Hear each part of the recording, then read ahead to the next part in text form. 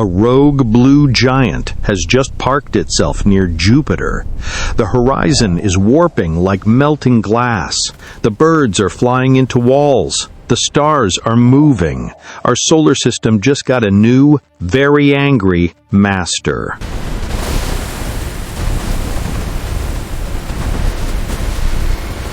Meet Elias. He is our only test subject. For this simulation, he's in his pajamas. Elias isn't a scientist, he's a guy who panics. We're going to watch him try to survive the impossible. He has zero training and very creative survival instincts. Let's see how many times physics can break him. The blue giant's gravity hits.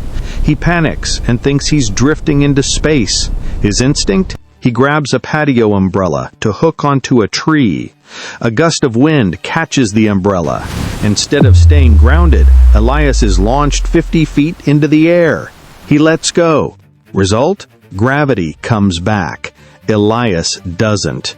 Resetting simulation. Costume: summer shorts. The temperature is rising. Elias's instinct? He clears out his refrigerator and climbs inside. He thinks cold box equals safety. The fridge becomes an oven. Result? Slow roasted test subject. Resetting simulation. Costume: swim trunks.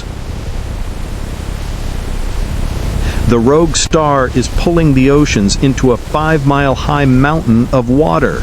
Elias sees the tide coming. His instinct? He grabs a surfboard. He thinks he can ride the ultimate wave. It's not a wave, Elias. It's a moving continent of salt water traveling at 600 miles per hour.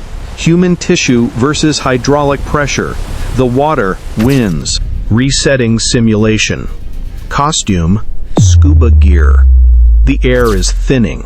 Elias puts on a scuba tank. He thinks he's smart. But as the pressure drops to zero, the nitrogen in his blood turns into bubbles. He gets the bends while standing on dry land. His lungs expand until they pop like balloons.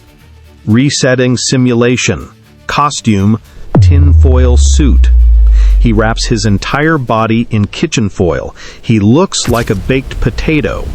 The radiation passes through the foil like it isn't there, and the metal actually helps conduct the solar heat. Result? Elias cooked himself in a designer wrapper. The Earth is being stretched like taffy between the two stars. A massive fissure opens in Elias's backyard. It's 50 feet wide and leads straight to the mantle.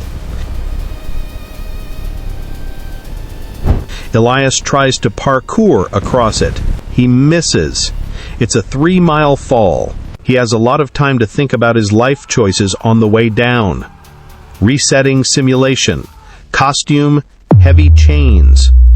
Elias chains himself to a massive boulder. He thinks he's being clever. He forgot that the boulder is also subject to physics. The boulder is launched into the stratosphere. Elias is still attached to it. Resetting simulation. Costume: winter parka. We are now a rogue planet. It's minus 300 degrees. The air has frozen and fallen to the ground as blue snow. Elias is in a dark basement. His survival instinct? He lights a candle. The flame consumes the last of the trapped oxygen in seconds. The moon is crashing. It's so close it fills the entire sky. Elias looks up, sees 1 trillion tons of lunar rock falling toward his head, and ducks under a wooden kitchen table. He puts his hands over his neck. The blue giant and our sun are now touching. Elias is outside. He puts on a pair of 100% UV protection sunglasses to watch the show. The glasses melt into his face instantly. The last thing he sees is the atmosphere igniting. The blue giant collapses into a black hole. Elias is caught in the event horizon. Gravity pulls on his feet harder than his head. Elias is stretched into a strand of atoms 5 miles long. Simulation concluded. Elias is a terrible survivalist, but even a genius would have failed. When a second sun enters the chat, the conversation is over. You can't hide in a fridge, you can't jump over the cracks, and you definitely can't use an umbrella. Gravity always gets its man. Elias has been deleted. He was brave, he was panicked, and he was very, very wrong.